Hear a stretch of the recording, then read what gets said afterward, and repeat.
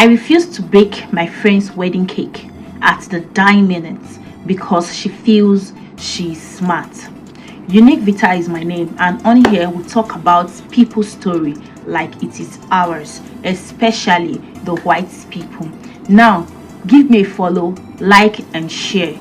Get yourself a popcorn as we dive into the story of today because it is very, very interesting.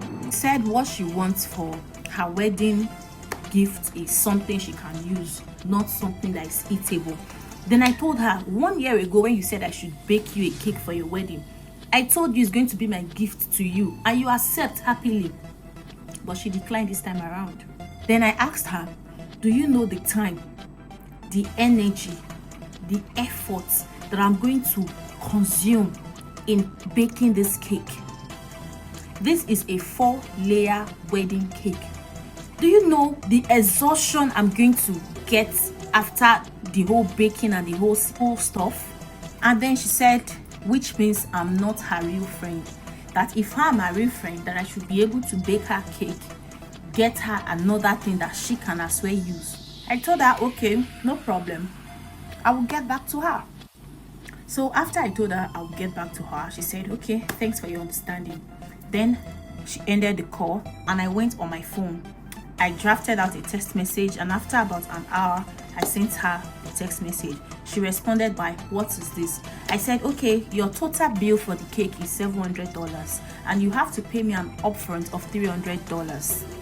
Since you said you do not want the cake as a birthday gift, then you have to pay for it. So she said, where did I expect her to get $300 from? Not to talk of $700. I was like, I don't know, it's your wedding, so you have to be prepared for every expenses. Since you do not want the cake as a gift, you have to pay for it, and this is business. I do not miss business with pleasure.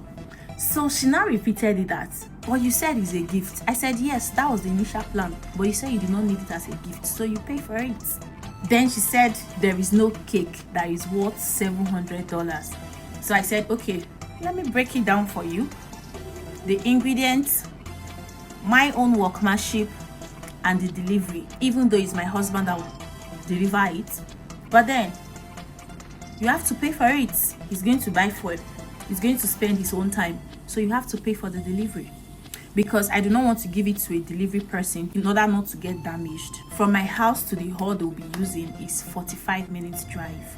And she will need to pay for it. And she will also have to pay for express because it's last minute and it's not emergency work.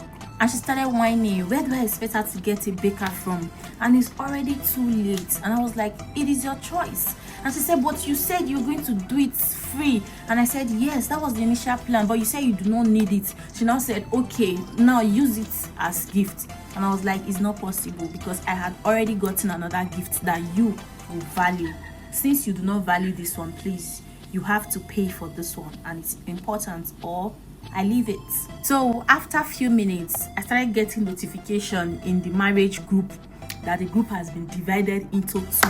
Some people are against me, saying what I did is bad, while some people are saying yes, I did it very well, why we should not appreciate what somebody wants to do for her, blah blah blah. But the truth is, my husband supports what I'm doing, but some people take it as I'm a bad person. So I want you all to tell me, am I a bad person? Tell me in the comment section. Tell me your take.